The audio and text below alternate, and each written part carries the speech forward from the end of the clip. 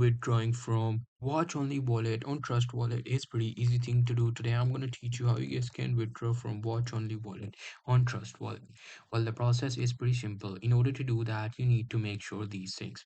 First of all, make sure you have the access to private or recovery phrase of your wallet address. Second thing is import wallet with a private key. Open trust wallet and go to the main screen. Tap on the settings icon, which should be on the bottom right corner. Select wallets from the settings and tap on plus icon in the upper right corner. Choose I already have a wallet and select the type of wallet, e.g. Ethereum, Bitcoin, and then tap on private key. Enter your private key and then tap on import.